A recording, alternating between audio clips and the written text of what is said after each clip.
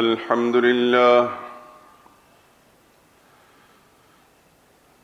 لله وكفى وسلام على عباده الذين اصطفى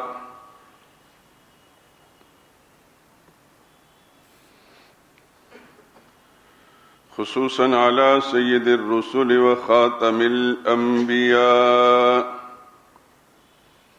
وعلى آله المجتبى وأصحابه الأتقياء. أما بعد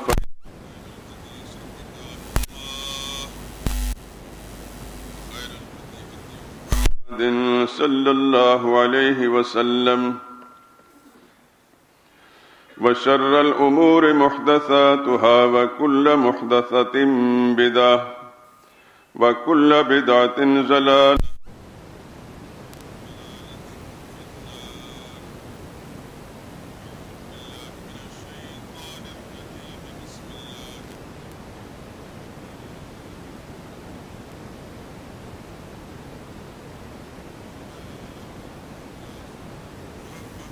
الذي خلقكم من نفس واحدة وخلق منها زوجها وبث منهما رجالا كثيرا ونساء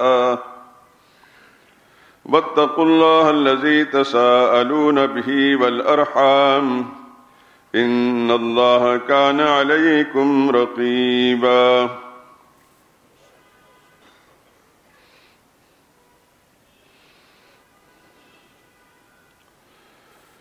لوگو اپنے پروردگار سے ڈرتے رہو جس نے تم کو ایک شخص سے پیدا کیا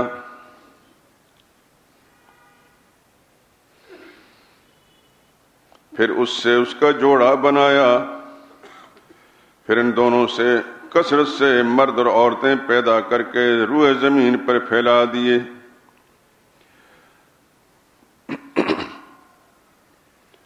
اور اللہ سے ڈرتے رہو جس کے نام کا واسطہ دے کر تم اپنی حاجتیں پوری کرتے ہو اور قطع رحمی سے بھی بچو. کچھ شک نہیں کہ اللہ تمہیں دیکھ رہا ہے. قال رسول اللہ صلی اللہ علیہ وسلم من تزوج فقد استکمل الایمان. وقال رسول اللہ صلی اللہ علیہ وسلم النکاح من سنتی فمن لم یعمل بسنتی فلیس منی.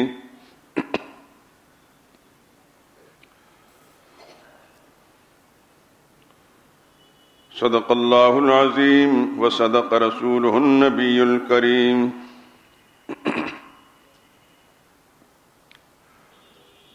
بزرگان محترم، برادران عزیز، قرآن حکیم کی ایک معروف سورۃ النساء کی پہلی آیت تلاوت کی ہے اور سرور کائنات صلی اللہ علیہ وسلم کے دو ارشادات بھی پیش کیے.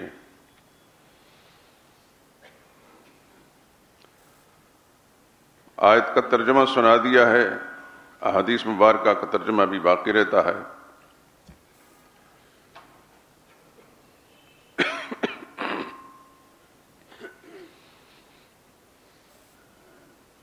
میرے دوستو، ہم جس زمانے میں جی رہے ہیں یہ زبردست فتنوں کا زمانہ ہے.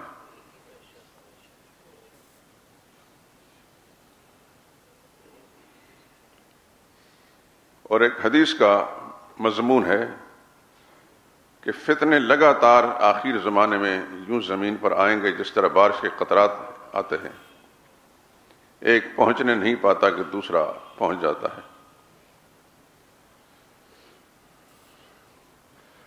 اور فتنوں کی قسمیں بہت سی ہیں. کچھ تو فتنے وہ ہیں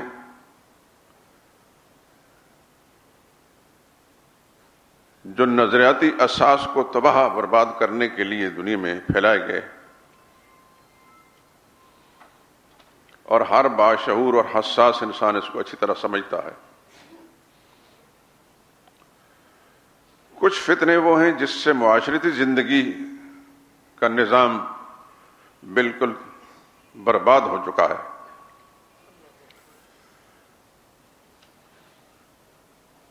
من جملہ ان میں سے جو میاں بیوی کے تعلقات اور شادی بیاہ کا معاملہ ہے، اس کو برباد کرنے کے لیے بھی بے شمار فتنے ہیں. اس کے اسباب و محرکات بہت سارے وہ بھی ہیں جو خود جن گھروں کے اندر یہ فتنہ نمودار ہوتا ہے اس گھر کے ذمہ دار ہی اس فتنے کی بنیاد ڈالتے ہیں.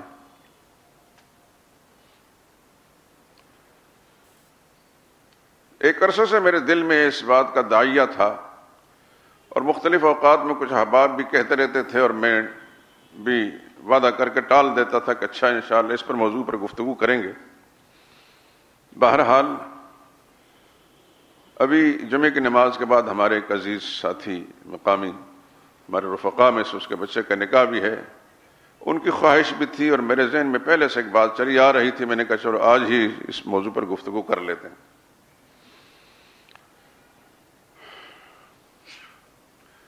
میرے دوستو، قرآن کریم کی اس آیہ کریمہ سے یہ بات معلوم ہوتی ہے کہ یہ نکاحوں کا سلسلہ اس وقت سے جب سے اللہ نے انسان دنیا میں پیدا کیا. حضرت آدم پہلے انسان ہیں. ان کی تخلیق کے بعد انہی کے وجود سے اللہ نے ان کی بیوی اماں حوا کو پیدا کیا اور پھر ان کے ملاپ سے ان کی نسل کو چلایا. قرآن کریم کے اندر وَلَقَدْ أَرْسَلْنَا رُسُلًا مِّن قَبْلِكَ وَجَعَلْنَا لَهُمْ أَزْوَاجًا وَذُرِّيَّةً، ہم نے آپ سے پہلے کتنے رسول بھیجے، وہ سب بیویوں والے بھی تھے اور بچوں والے بھی تھے. یعنی سب شریعتوں کے اندر نکاح کا سلسلہ رہا ہے.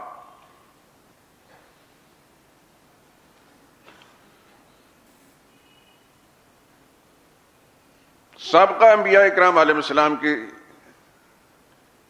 تاریخ ہمیں پوری تفصیل سے معلوم نہیں کہ ان کے ہاں نکاحوں کے اصول کیا تھے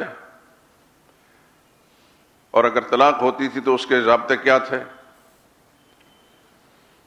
اس تفصیل میں جانے کی ضرورت نہیں ہے.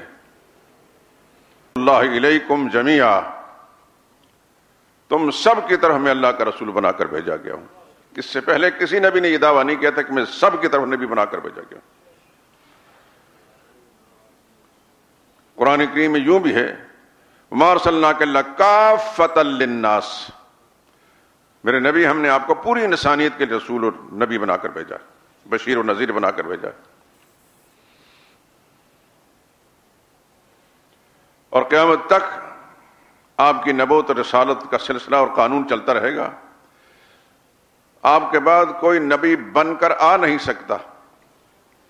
جو بھی دعوے دار ہوگا وہ کذاب ہوگا، دجال ہوگا، دھوکہ باز ہوگا، فراڈیا ہوگا، اور اس کے ماننے والے بھی ایسے ہی ہوں گے.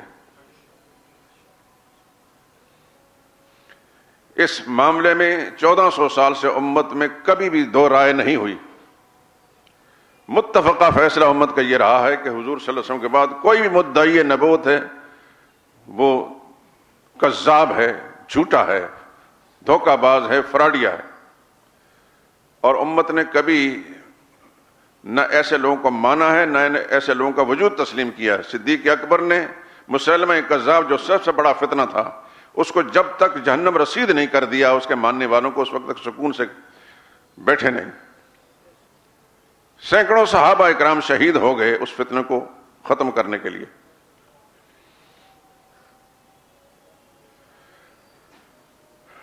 مختلف ادوار کے اندر ایسے فتنے پیدا ہوتے رہے لیکن مسلمان ان کو کچلتے رہے.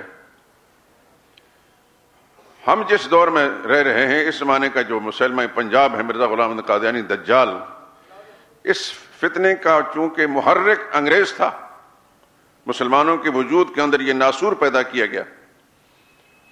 اس کی تفصیلات مختلف اوقات میں ہم عرض کر چکے ہیں کہ کیوں ایسا کیا گیا اور اس کی پشت پناہی کی گئی باقاعدہ اور آج تک ہو رہی ہے. یہ تو اللہ کا خصوصی انعام تھا پاکستان کے اندر۔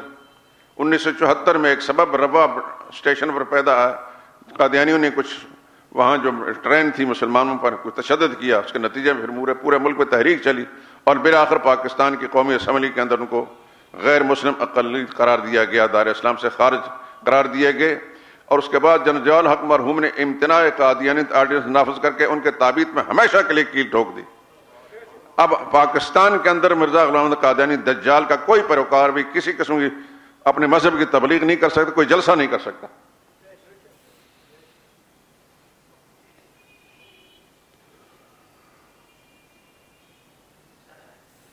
تو محمد مصطفیٰ صلی اللہ علیہ وسلم کی شریعت کامل، اکمل، مکمل قیامت تک کے لیے۔ آپ نے زندگی کے ہر شعبے میں ہدایات دی ہیں، من جملہ ان میں سے نکاح اور شادی بیاہ کے معاملے میں بھی۔ ہماری احادیث کی کتب کے اندر باقاعدہ کتاب النکاح کا ایک عنوان ہے۔ ہر حدیث کی کتاب میں کتاب النکاح کا عنوان ہوتا ہے، اس کے ذیل میں بے شمار احادیث طیبہ لائی جاتی ہیں مختلف پہلوؤں پر، ان میں وضاحت موجود ہوتی ہے۔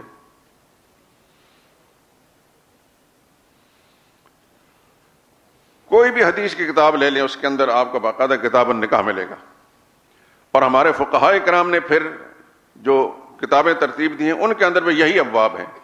سب سے پہلے کتاب الایمان ہوتا ہے جو عقیدہ بنیاد ہے، پھر اس کے بعد کتاب الطہارت ہے، پھر اس کے بعد کتاب الصلاۃ ہے، پھر کتاب الصوم یا کتاب الزکوٰۃ ہوتا ہے، پھر حج ہوتا ہے، پھر اس کے بعد کتاب النکاح ہوتا ہے۔ نکاح کی پوری تفصیلات موجود ہیں، آپ مشکوٰۃ شریف گھر کے اندر موجود ہوگی، یقیناً دیکھ لیں، یہی ترتیب ہے۔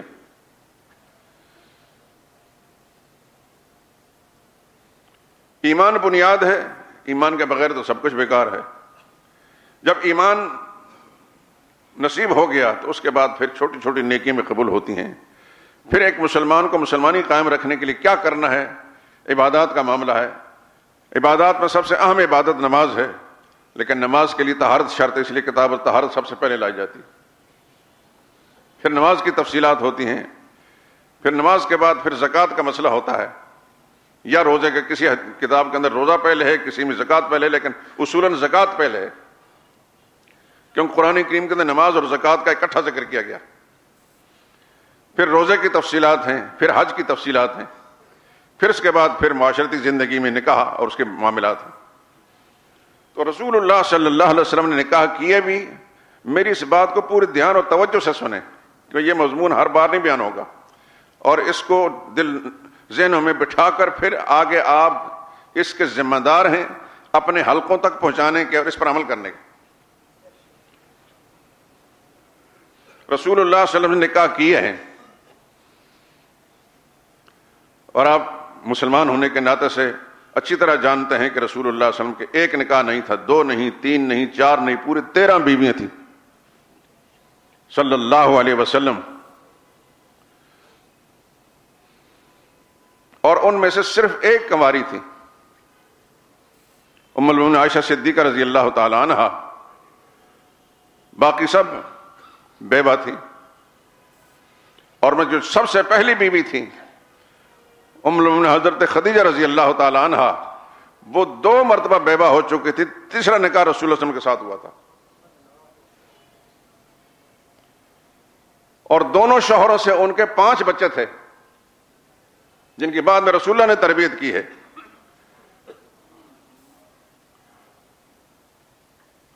پہلے شوہر ابو حالہ اور دوسرے عتیق بن عائز۔ ابو حالہ کے 4 بچے تھے، حارث، طاہر، ہند اور حالہ۔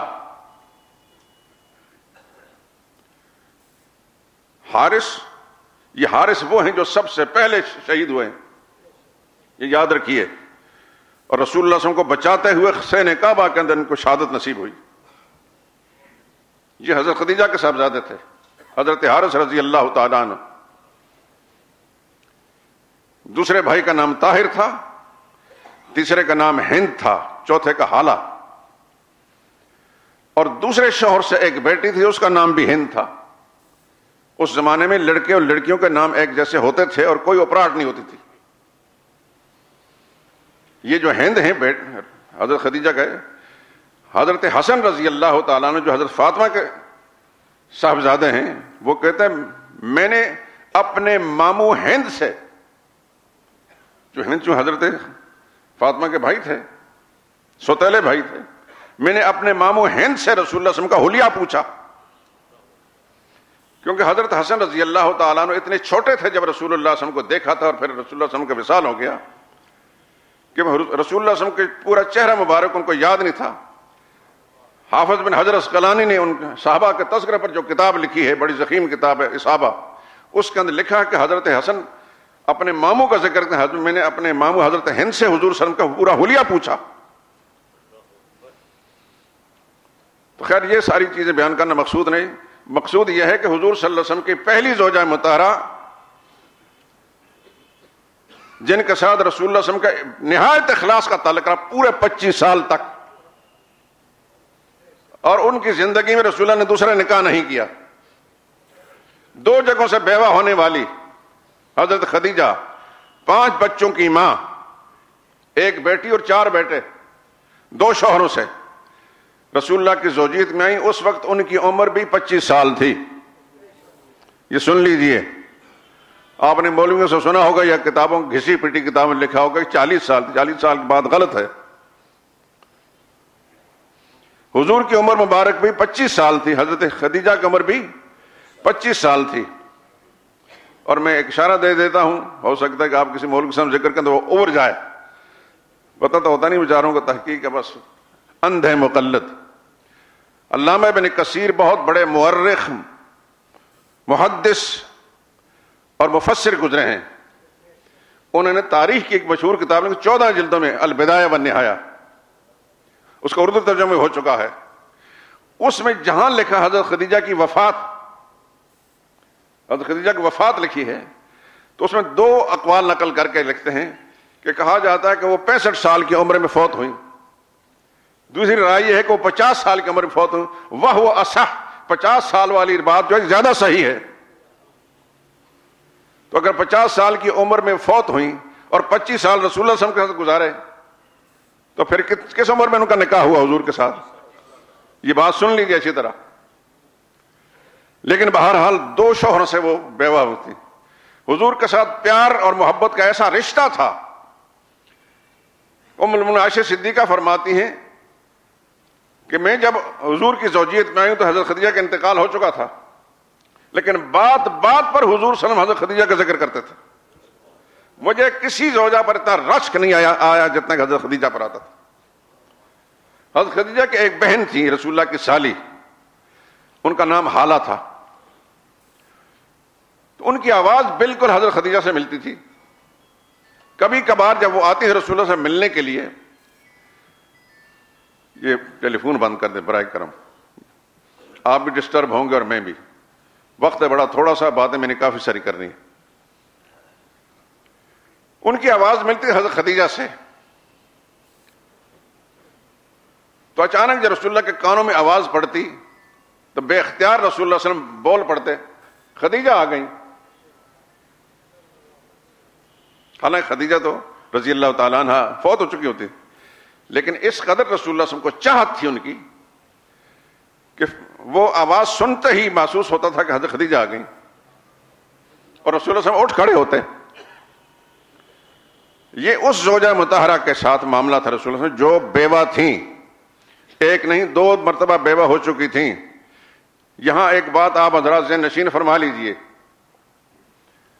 ہمارے ہاں ہم جس معاشرے میں جی رہے ہیں، ہر آدمی کی سوچ ہے کہ کنواری ملے، ٹھیک ہے، یہ سوچ بری نہیں، لیکن اگر کنواریاں ہوئی کی طرف توجہ ہوگی تو جو بیوہ ہو چکی ہیں ان کا کیا ہوگا؟ جو کسی وجہ سے متعلقہ ہو چکی ہیں ان کا کیا ہوگا؟ اس لیے میں یہ بات عرض کروں گا سب دوستوں سے، اپنے بچوں کی شادی کرانے سے پہلے یہ سوچ لیا کریں، کیوں نہ نبی کریم صلی اللہ علیہ وسلم کی اس مبارک سنت پر عمل پیرا ہو کر میں سعادت حاصل کروں۔ رسول اللہ قرآن کریم بھی موجود ہے اور اللہ کے نبی کی ترغیب بھی موجود ہے کہ بیوہ عورتیں یا بے نکاحی عورتیں جو بھی ہیں، وَأَنكِحُوا الْأَيَامَ مِنكُمْ، تم میں سے جو بے نکاحی عورتیں ان کا نکاح کرو۔ میں نے پرسوں میں ایک نکاح ہوا تھا، اس وقت بھی یہ بات کہی، تو آج بھی میں کہتا ہوں، آپ حضرات اپنے حلقوں کے اندر اپنے دوست احباب کی ایک یونین بنائیں، ایک تنظیم بنائیں، اور کوشش یہ کریں کہ جو بچیاں کسی وجہ سے بیوہ ہو چکی ہیں یا مطلقہ ہو چکی ہیں، ان کی شادیوں نکاحوں کے بندوبست کریں۔ کنواری کے ساتھ ہر ایک نے بھاگ بھاگ کر کرنا ہے، لیکن بیوہ وہ بیچاری بیٹھی رہے گی، اس کا قصور کیا ہے؟ موت تو میرے اللہ کے قبضے میں ہے، اس کا شوہر فوت ہو گیا، اس کا قصور تو نہیں، اس کو کیوں سزا دی جا رہی ہے؟ یا فرض کرو کوئی بچی مطلقہ ہے، کیا ضروری ہے کہ اسی میں خرابی تھی؟ اس کے شوہر میں خرابی ہو سکتی ہے، اس نے جذبات میں آ کر اس کو طلاق دے دی۔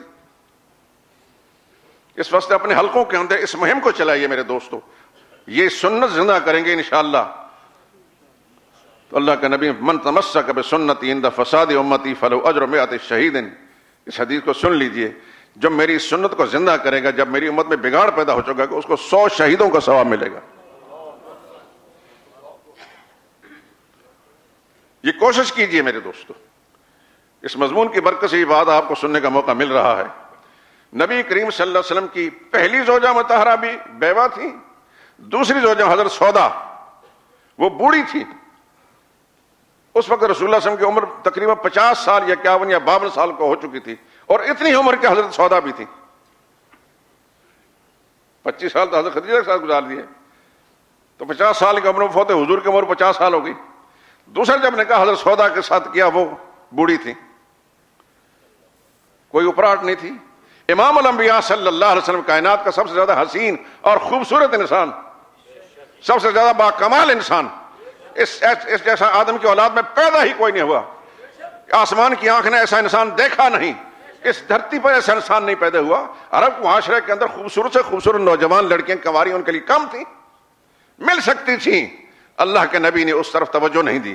امت کو یہ سبق دے گی کہ اس طرف توجہ دینی ہے۔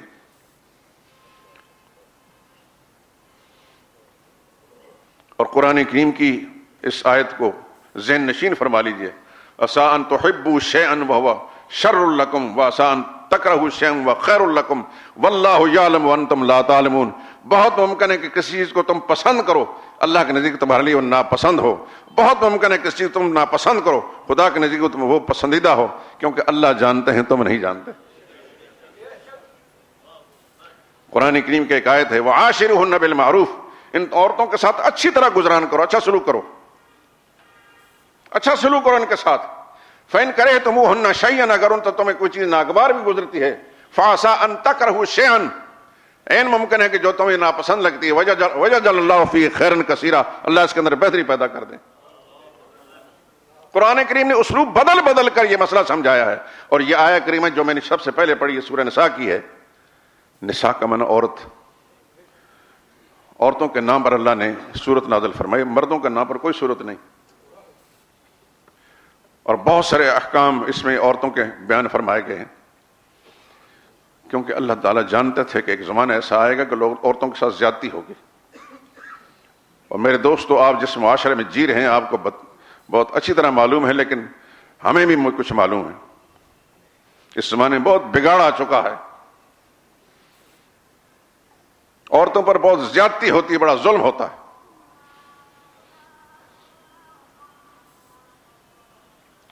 برائے کرم ان موبائلوں کو بند کر دیں، بار بار بات کو روکنا اور پھر توجہ دلانا اچھی چیز نہیں ہے۔ تھوڑی دیر کے لیے آپ قربانی دے لیں۔ آپ جانتے ہیں کہ معاشرے میں بڑا بگاڑ ہے، جب کوئی بچی بیاہ کراتی ہے کسی گھر کے اندر تو گھر والے سمجھتے ہیں، اس کی ساس بھی اور گھر کے سارے افراد نندے سب سمجھتے ہیں یہ ایک نوکرانی آ گئی ہمارے گھر میں، ہمارے کپڑے بھی دھوئے گی، دھوبن کھانے پکا کر دے گی، ہماری باورچن ہے، اور صفائی کرے گی، یہ ہمارے سویپر بھی ہوگی۔ لیکن وہی ساس جو اپنے بہو کے لیے یہ سوچتی ہے، اپنی بیٹی کے لیے ایسا نہیں سوچتی، اس کی بیٹی جو دوسرے گھر میں گئی ہے اس کے لیے نہیں سوچتی۔ یہ دوہرا معیار میرے دوستو، میں آپ حضرات کے دل پر دستک دے کر کہتا ہوں، اپنے گھروں کو ٹٹولیے، بیگمات کو، خواتین کے حالات پر جائزہ لیجئے کہیں ظلم زیادتی تو نہیں ہو رہی آپ کے گھر کے اندر؟ آپ کی بچیاں آپ کی بہو پر، آپ کی بیگم آپ کی بہو پر زیادتی تو نہیں کر رہی؟ میں اس لیے کہہ رہا ہوں کہ میں اس مسجد کے اندر رہتا ہوں اور مسجد کے امام کے ساتھ لوگ مسائل پوچھنے کے لیے آتے ہیں، بے شمار خواتین گھر میں اندر آتی ہیں، مسائل پوچھتے ہیں، عجیب عجیب مسائل لے کر آتی ہیں۔ خدا کی قسم جب مجھے یہ پتہ چلتا ہے کہ فلاں بچی کو طلاق ہو گئی تو مجھے ایسا لگتا ہے کہ جیسے میری بچی کو طلاق ہو گئی، تکلیف مجھے اتنی ہوتی ہے۔ طلاق وہ اچھی چیز ہوتی تو اللہ کے نبی یہ نہ فرماتے اب غضب الحلال الی اللہ طلاق، اللہ کے غضب کو بھڑکانے والی چیز ہے یہ طلاق، سخت ناراض ہوتے ہیں اللہ۔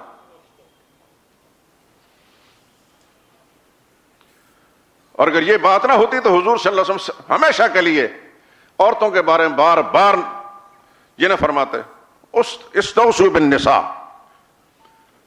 میری طرف سے یہ نصیحت حاصل کر لو عورتوں کے معاملے فإنکم اخذتم بأمان اللہ، اللہ کے امان کے ساتھ تم نے حاصل ان کو کیا ہے، ان کے ساتھ حسن سلوک کرو۔ آپ نے ارشاد فرمایا خیرکم خیرکم لأہلہ، تم میں سے اچھا انسان وہ ہے جو اپنی بیوی کے ساتھ اچھا سلوک کرتا ہے۔ وَأَنَا خَيْرُكُمْ لِأَهْلِي، اور میں تم سب کے مقابلے میں اپنی بیوی سے اچھا سلوک کرتا ہوں۔ آپ لوگوں کو تو اللہ نے بڑے وسائل دیے ہیں، ہر طرح کے وسائل، رسول اللہ صلی اللہ علیہ وسلم کے پاس ایسے وسائل نہیں تھے صلی اللہ علیہ وسلم۔ ام المؤمنین عائشہ صدیقہ رات میں ایک حدیث تلاش کر رہا تھا، مل نہیں رہی تھی تو کئی کتابوں کا ڈھیر لگا دیا میں نے، بالآخر مل گئی۔ حدیث تھی یہ کہ آئینہ اگر دیکھیں تو رسول اللہ صلی اللہ علیہ وسلم کی تعلیم کیا ہے۔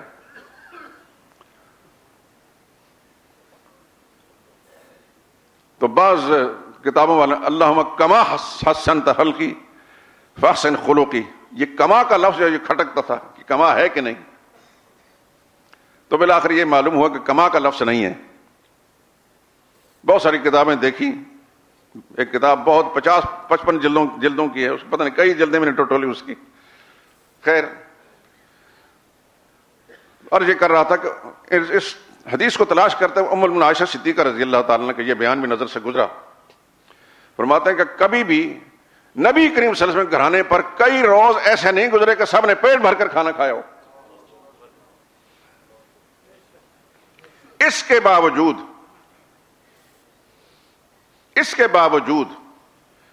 رسول اللہ صلی اللہ علیہ وسلم کی کسی بیوی کو، کسی زوجہ کو حضور سے شکایت نہیں ہوئی کہ آپ کی توجہ ادھر زیادہ ہے، میری طرف نہیں ہے۔ کمال کا عدل و انصاف۔ آدم کی اولاد میں شاید اس کی کوئی مثال نہ پیش کر سکے۔ غربت، افلاس، کئی دن تک چولہا نہیں جلتا، لیکن اس کے باوجود نبی کریم صلی اللہ علیہ وسلم کا حسن سلوک اس قدر ہے کہ کسی کو کوئی شکایت نہیں۔ پیار قلبی لگاؤ ام المؤمنین عائشہ صدیقہ سے زیادہ تھا، اور زیادہ ہونے کی وجہ یہ ہے کہ اللہ تعالیٰ نے ان کو ایسا مزاج دیا تھا، ایسی فطرت دی تھی، اتنا فہم دیا تھا کہ رسول اللہ صلی اللہ علیہ وسلم کی تعلیمات کو جس طرح انہوں نے ازبر کیا، ساری بیویوں میں سے کسی بیوی نے اتنی روایتیں نقل نہیں کی جتنا حضرت صدیقہ نے کی ہیں۔ 2210 روایتیں ہیں ام المؤمنین عائشہ صدیقہ رضی اللہ۔ یہ تیسرے یا چوتھے نمبر کی راویہ ہیں۔ ابو ہریرہ سب سے بڑے، عبداللہ بن عمر دوسرے نمبر پر، ایک اور صحابی ہے غالباً عبداللہ بن عمر ہیں، وہ تیسرے نمبر، چوتھے نمبر حضرت عائشہ صدیقہ رضی اللہ تعالیٰ۔ اور بڑے بڑے صحابہ اکرام مسائل پوچھتے تھے عائشہ صدیقہ سے، اللہ نے اتنی فراست دی تھی، اتنا فہم دیا تھا۔ کئی دفعہ کسی صحابی نے رسول اللہ صلی اللہ علیہ وسلم کا کوئی ارشاد نقل کیا، لیکن ام المؤمنین کو پتہ چلا تو انہوں نے فرمایا اللہ رحم کرے فلاں پر، رسول اللہ صلی اللہ علیہ وسلم کے فرمان کا منشا یہ نہیں تھا، یہ ہے۔ ان کے علاوہ ساری کی ساری بیوہ تھیں،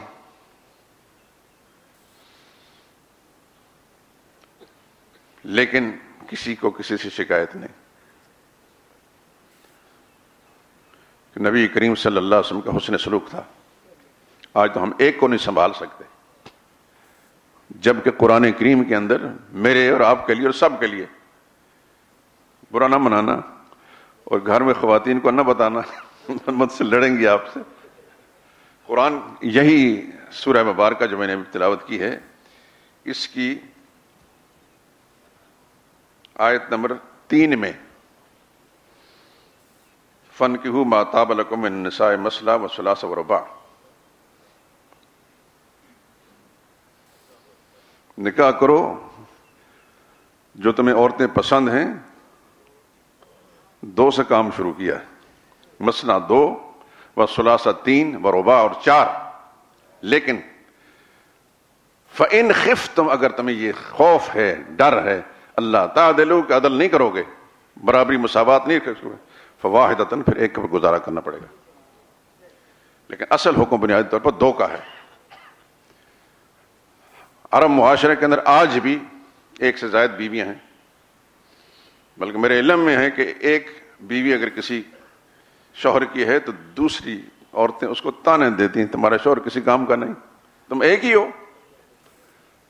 ہمارے یہ جو قبائلی علاقہ ہے پٹھانوں کا، آگے افغانستان تک، یہاں بھی دوسری شادی کوئی معیوب نہیں، 2 2 3 تم ہوتی ہیں.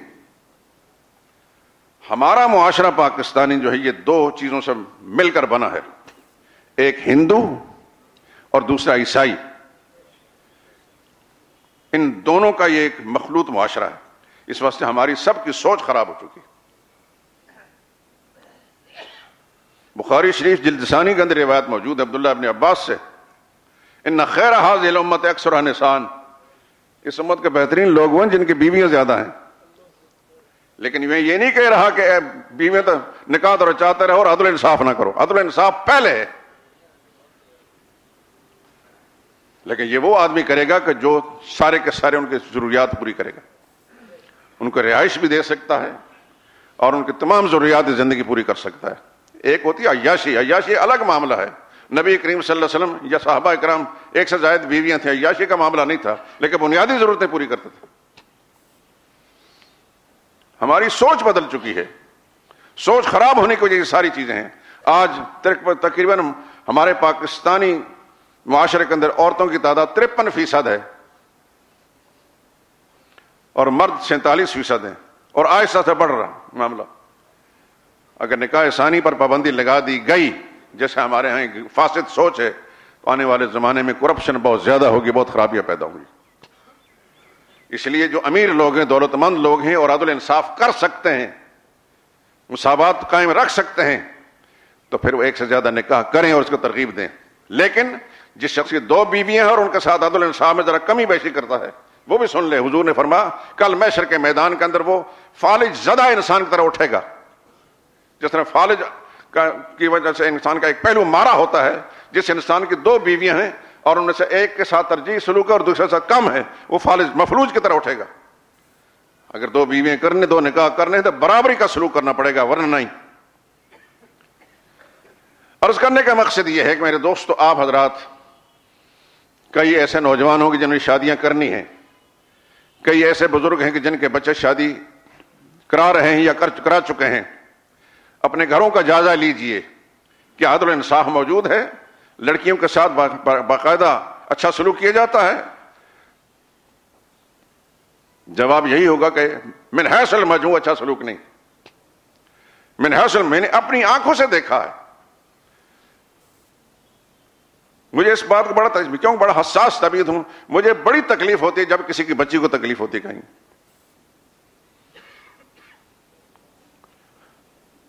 اپنے گھر میں آنے والی کسی کی بچی، اس کو اس نظر سے دیکھیں جس نظر سے آپ اپنی بچی کو دیکھتے ہیں. اگر اس کے چہرے پر اداسی آپ برداشت نہیں کر سکتے تو پھر وہ بھی کسی کی بیٹی ہے. اور دوسری بات یاد رکھیں، نوجوانوں خاص طور پر، تمہارے نکاح میں آنے والی جو بھی تمہاری بیوی ہوگی، اس کے احسان مند رہو.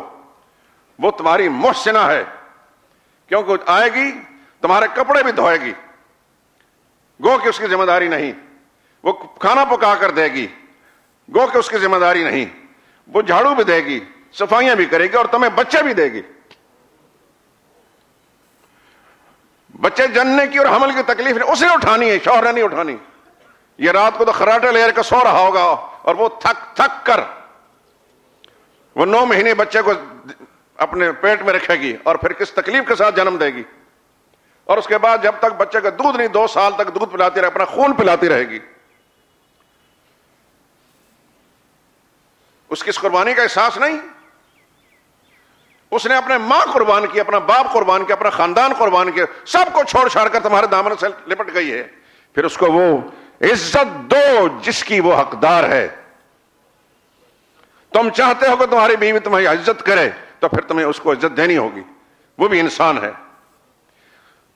مرد بالادست قوت ہے. اللہ تعالیٰ نے مرد کا حق بڑا رکھا ہے قرآن کریم میں.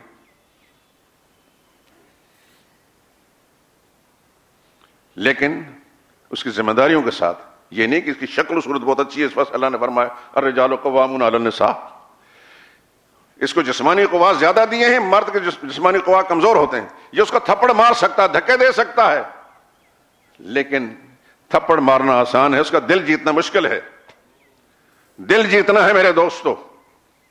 گالی بکنا آسان ہے, لیکن اس کی گالی سننے کے لیے تیار رہو.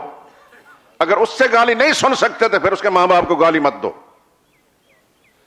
اللہ کے پاک پیغمبر صلی اللہ علیہ وسلم کی ارشاد سن لیجئے, ان خیر حضور صلی اللہ علیہ وسلم خیرکم لأہلی, تم میں سے سب سے بہتر وہ ہے جو اپنے بیوی سے اچھا سلوک کرتا ہے. وانا خیرکم لأہلی, تم سب کے مقابلے میں اپنی بیوی سے اچھا سلوک. ایک دوسری حدیث, اکمل المومنین ایمانا, سب سے کامل ایمان والا وہ شخص ہے, کامل ایمان والا. احسنہم خلقا, جس کے اخلاق اچھے ہیں. والطفہم بآلہ, اور اپنی بیوی کے ساتھ جس کا اچھا سلوک ہے. بے شک بیوی پر شوہر کا حق زیادہ ہے. اللہ کا نبی نے فرمایا صلی اللہ علیہ وسلم, تمہارا حق تمہاری بیوی پر سب سے زیادہ ہے. یعنی ایک بیوی پر سب سے بڑا حق اس کے شوہر کا ہے. حضور نے فرمایا لو کنت آمر احدا ان یسجد لاحد لامرت النساء ان یسجدن لازواجہن, کہ اگر اللہ کے سوا کسی اور کو سجدہ کرنا روا ہوتا تو میں بیوی کا حکم دیتا کہ اپنے شوہر کو سجدہ کر. اتنا بڑا حق ہے. لیکن مرد پر سب سے بڑا حق اس کی ماں کا ہے. یہ سن لیجئے, آج یہ بھی میں حدیث دیکھ رہا تھا تو اس کے اندر یہ دونوں چیزیں اکٹھی آئیں. عورت پر سب سے بڑا حق اس کے شوہر کا ہے, اور مرد پر سب سے بڑا حق اس کی ماں کا ہے. وہی ماں جس کا بھی میں تذکرہ کر رہا تھا.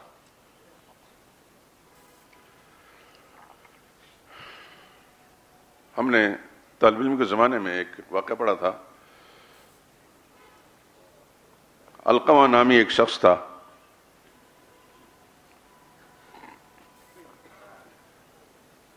اس کے نظر کا وقت آیا تو روح نہیں نکل رہی تھی. بہت کوشش کی گئی لیکن کوششیں بے سود رہیں. رسول اللہ صلی اللہ علیہ وسلم تک اطلاع پہنچی تو رسول اللہ صلی اللہ علیہ وسلم سمجھ گئے, اللہ کے پیغمبر تھے صلی اللہ علیہ وسلم. فرمایا ان کی والدہ ہے, کہ والدہ زندہ ہے.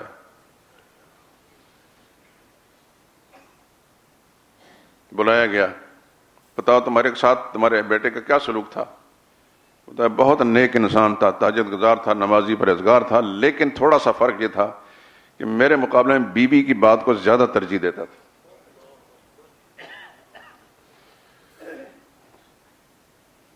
تو یہ جملہ کہتے ہوئے کچھ رو بھی گئی. حضور نے فرمایا کہ معاف کرتی ہو؟ وہ چپ ہو گئی. جو دکھ تھا, جو صدمہ تھا, تازہ ہو گیا. تو حضور نے فرمایا کہ معاف نہیں کرو گے تو اس کو ہم آگ میں جلائیں گے. اس کو آگ میں جلایا جائے, کیونکہ جہنم کی آگ سے یہ دنیاوی آگ آسان ہے. تو ماں تھی نا, بے قرار ہو گئی. یا رسول اللہ میرے بیٹے کو جلایا جائے گا؟ میں معاف کرتی ہوں, آپ کو گواہ بنا کے میں معاف کرتی ہوں, اس کو جلایا نہ جائے.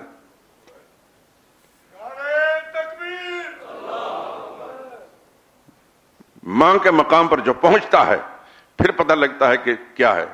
مردوں کا احساس نہیں ہوتا, ان کے دل سخت ہوتے ہیں. عورتوں سے پوچھئے, وہ عورت جو جب ماں بنتی ہے. اس لیے اللہ کے نبی نے فرمایا عورت پر سب سے بڑا حق اس کے شوہر کا ہے, اور مرد پر سب سے بڑا حق اس کی ماں کا ہے. پوچھا ایک صحابی نے, من ابرو یا رسول اللہ, یا رسول اللہ سب سے زیادہ حسن سلوک کا حقدار کون ہے؟ میں کس کے ساتھ؟ فرمایا امہ کا, تیری ماں ہے. ثم من, پھر کون ہے؟ فرمایا امہ کا, تیری ماں ہے. ثم من, پھر کون ہے؟ فرمایا امہ کا, تیری ماں ہے. ثم من, چوتھا نمبر ثم ابا کا, تیرا باپ ہے.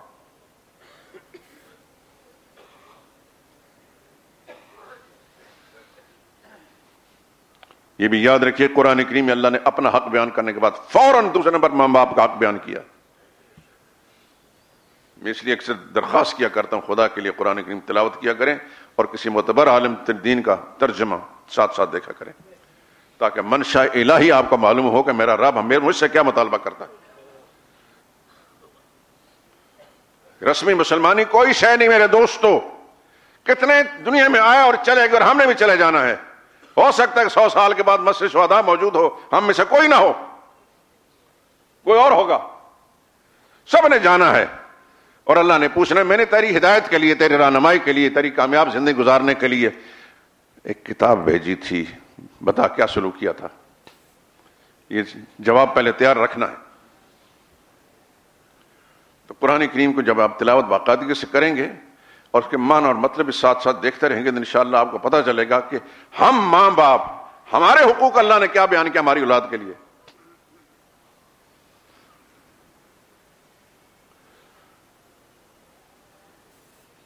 اور یہ یاد رکھیے مسلمان ماں باپ تو یہ اللہ کا انعام ہے, لیکن کافر ماں باپ کے ساتھ بھی قرآن کریم کے فیصلے کے مطابق, حضور کی تعلیم کے مطابق اچھا سلوک کرنا ہے.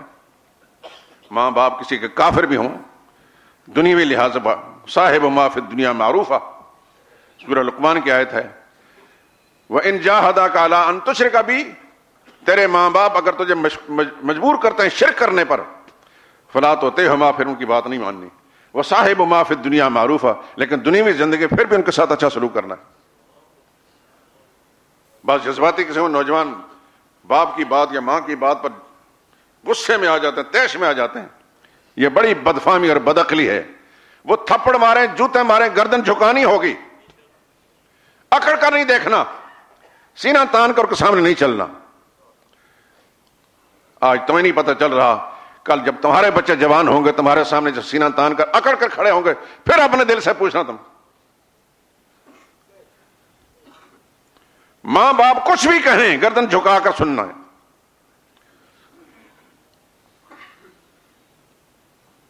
سورہ مریم, سورہ بنی اسرائیل, اس کے نصف کے اندر اللہ پاک نے وَقَضَىٰ رَبُّكَ أَلَّا تَعْبُدُوا إِلَّا إِيَّاهُ, تیرے رب نے فیصلہ کر دیا کہ اس کے سوا کسی اور کی بندگی نہیں کرنی. وَبِالْوَالِدَيْنِ إِحْسَانًا, ماں باپ کے ساتھ اچھا سلوک کرو. اما یبلغن عندک الکبر, تیری روبر تیرے سامنے اگر بڑھاپے کو پہنچ جاتے ہیں, احدہما او کلاہما, ایک یا دو, فلا تقل لہما اف, ان کے سامنے اف بھی نہیں کرنا. مثلا ان کو بات کہی ناپسند آئی تو ناپسندگی کی اظہار, اللہ تیرے سمجھانے پر قربان جائیں. فلا تقل لہما اف, اف نہیں کرنا. ولا تنہرہما, جھڑکنا اور ڈانٹنا تو دور کی بات ہے. وقل لہما قولا کریما, اور ان کے ساتھ نرمی سے بات کرنی ہے, اکڑ کر نہیں. واخفض لہما جناح الذل, اکڑ کر کھڑے نہیں ہونا, گردن جھکا کر کھڑے ہونا.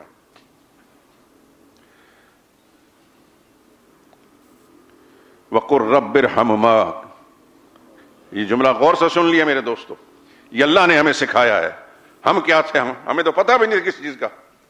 اگر اللہ ہمیں نہ سکھاتا تو شاید ہمارے اندر انسانیت بھی نہ ہوتی. وقل رب ارحمہما کما ربیانی صغیرا, ماں باپ کے لیے یوں دعا مانگ, اے اللہ میرے ماں باپ کے ساتھ ایسا پیار کر جیسے بچپن انہوں نے میرے ساتھ پیار کیا ہے.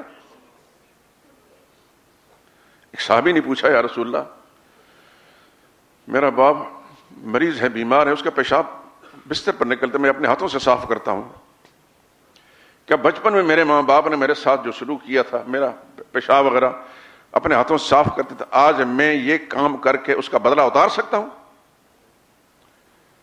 اللہ کے نبی نے فرمایا نہیں, عمل تو بظاہر دونوں کا ایک جیسا ہے, لیکن تیری ماں اور تیرا باپ تجھے تیری پاخانہ پیشاب صاف کرتے وقت اتنا ہی پیار رکھتے تھے جب تجھے صاف حالت میں دیکھتے تھے.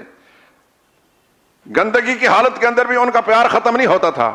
کیا تو اپنے باپ کے پاخانہ صاف کرتے وقت اتنا پیار دے سکتا جیسے تیری ماں باپ نے تجھے دیا تھا بچپن میں؟ اس وجہ سے تیرا یہ عمل بظاہر ایک جیسا ہونے کے بعد اس کا بدلہ نہیں بن سکتا. کیا خوبصورت اس جملے پر ذرا غور, قل رب ارحمہما کما ربیانی, تشبیہ دیے, یا اللہ بچپن میں میرے ماں باپ کو جیسے مجھ سے پیار تھا, اے اللہ تو ان کے ساتھ ایسا پیار کر.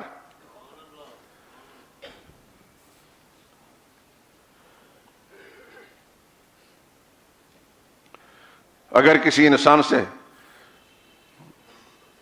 ماں باپ کی خدمت میں کوتاہی رہ گئی ہے اور دنیا سے چلے گئے، اب تلافی نہیں کر سکتا، ایک ہی راستہ ہے، بس بہت زیادہ ان کے لیے دعائیں مغفرت کرتا رہے، ممکن ہو تو صدقہ و خیرات ان کی طرف سے کرے، انشاءاللہ وہ تلافی ہو جائے گی، خدا کی بارگاہ میں مواخذہ نہیں ہوگا۔ ویسے ایک مسلمان جب دعا مانگتا ہے اس کی دعا کیسے ہوتی ہے ماں باپ کے بغیر؟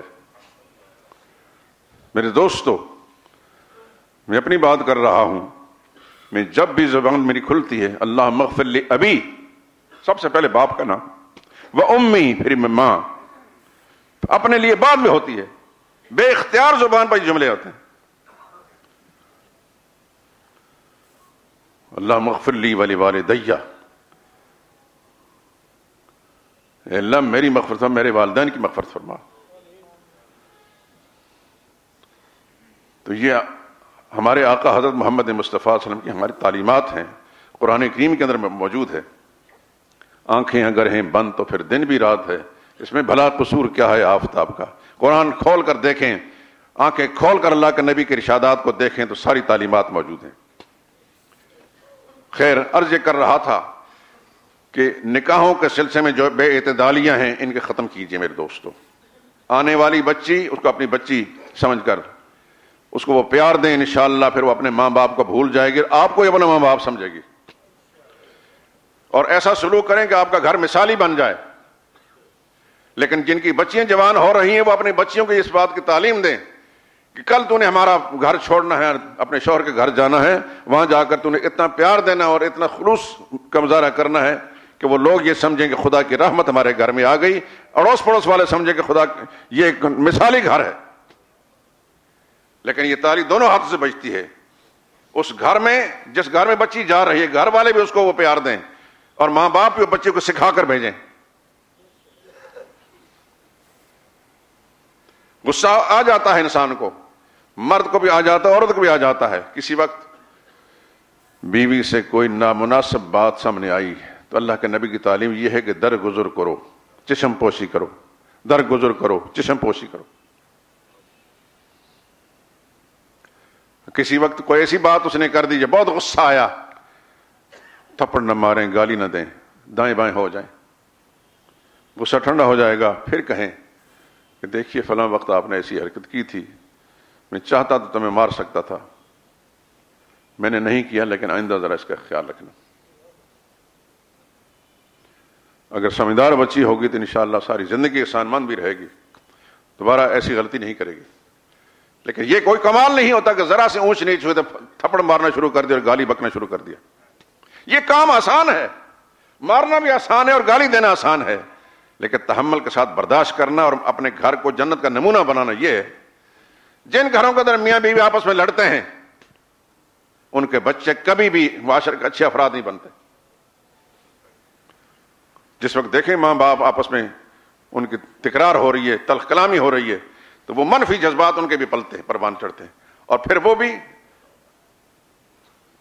تشدد پسند لڑاکو ہوتے ہیں، جس سے ملیں گے بات کریں گے سخت ہوں گے۔ خدا کے لیے اپنی نسلوں کو برباد ہونے سے بچائیے، اور اس کا بہتر طریقہ یہ ہے کہ خود ذرا تحمل کا مظاہرہ۔ جس نبی کے ہم کلمہ پڑھنے والے ہیں اس نبی نے تو ہمیں تحمل سکھایا، صلی اللہ علیہ وسلم۔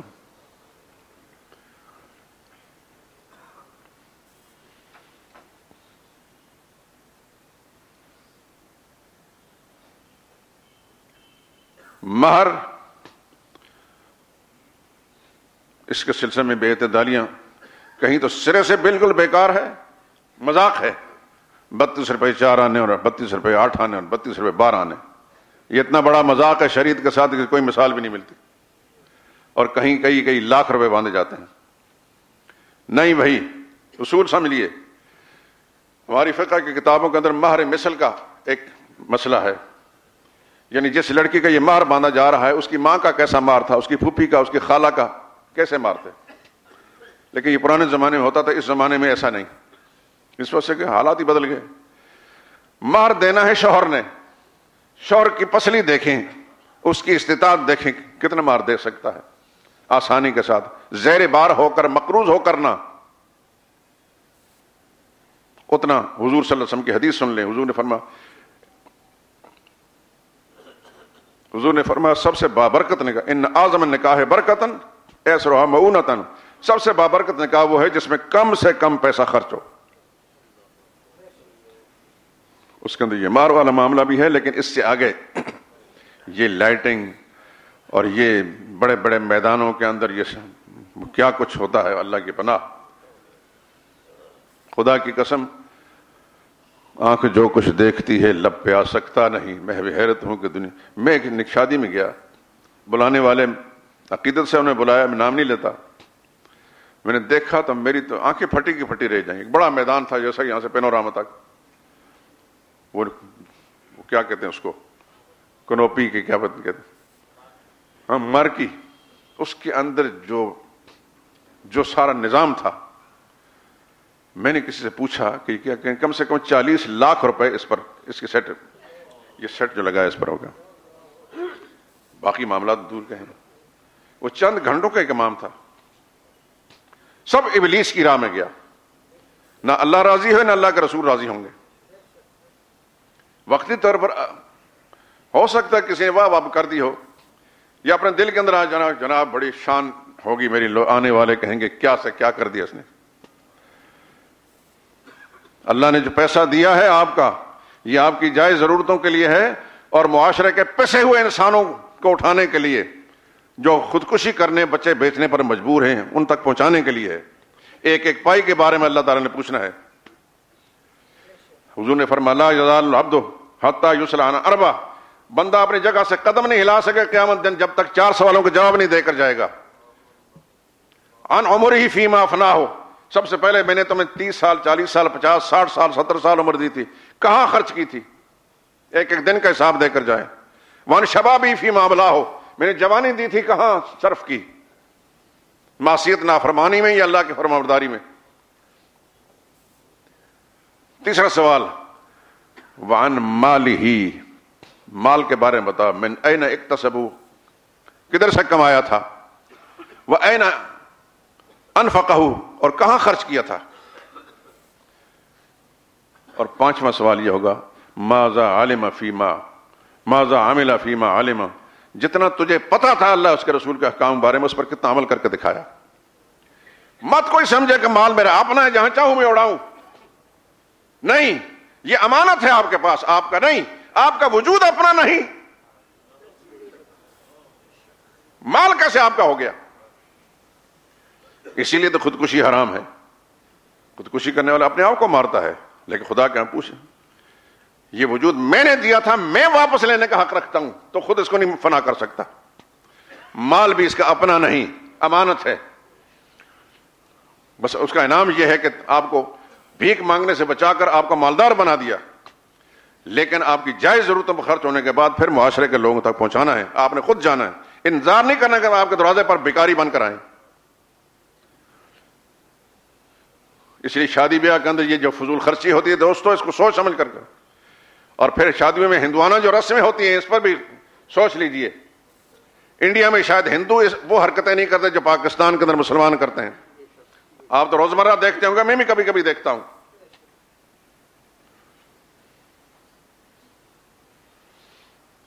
یہ جتنی رسمیں ہیں،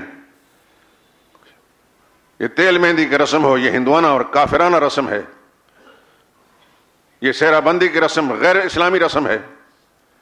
یہ مایوں بٹھانی غیر اسلامی رسم ہے. شادیاں پہلے بھی ہوئی، رسول اللہ نے شادیاں کی بھی، اپنے صاحبزادیاں بیاہ کرتی ہیں. یہ کام نہیں تھے. کلمے کا انکار کرو، کلمہ مانتے ہو تو پھر کلمے کے ساتھ وفا کرو. کلمے کا تقاضا یہ ہے کہ جو رسول اللہ صلی اللہ علیہ وسلم کی تعلیمات اس کے مطابق کرو، تاکہ پتہ چلے کہ یہ رسول اللہ کا غلام ہے، یہ ہندو نہیں ہے، یہ سکھ نہیں ہے، یہ کوئی اور نہیں ہے. یہ دو باتیں نہیں چلتی. کلمہ ہم پڑھیں بھی، اس کا اقرار بھی کریں اور کلمے کے خلاف کام کرتے رہیں. باتیں تلخ ہیں میرے دوستوں، لیکن خدا کی قسم کھا کر کہتا ہوں کہ آپ کے فائدے کے لیے، ہر مسلمان کے فائدے کے لیے. اب نہیں تو آنکھیں بند ہونے کے ساتھ پتہ چلے گا. آپ ذمہ دار ہیں اپنے معاملات کے. حضور نے فرمایا کلکم راعٍ وکلکم مسئول عن رعیتہ، تم میں سے ہر ایک جواب دہ ہے. اور اپنے ماتحتوں کے بارے میں سے سوال پوچھا جائے گا کہ کیسے ان کی زندگی گزری، تیرے ماتحت کیسے زندگی گزارتے تھے، کیسے ان کو چلایا تو نے؟ قوا انفسکم واہلیکم نارا، اپنے آپ کو بھی بچاؤ آگ سے، اپنے گھر والوں کو بھی آگ سے بچاؤ، اللہ کا فعلان۔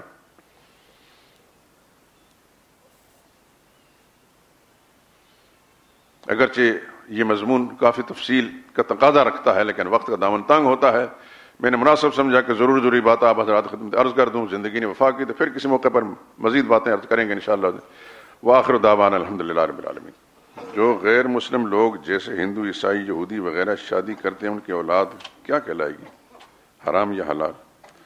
بھائی بات یہ ہے، ہر بچہ فطرت اسلامی پر پیدا ہوتا ہے، چاہے ہندو کے گھر پیدا ہو یا یہودی کے گھر پیدا ہو یا کسی، لیکن جو ہی وہ شعور کو پہنچتا ہے اس کے بعد پھر اگر اس کے ماں باپ ہندو بنا لیں، یہودی بنا لیں، عیسائی بنا لیں، پھر ان کے نقش قدم پر ہوگا۔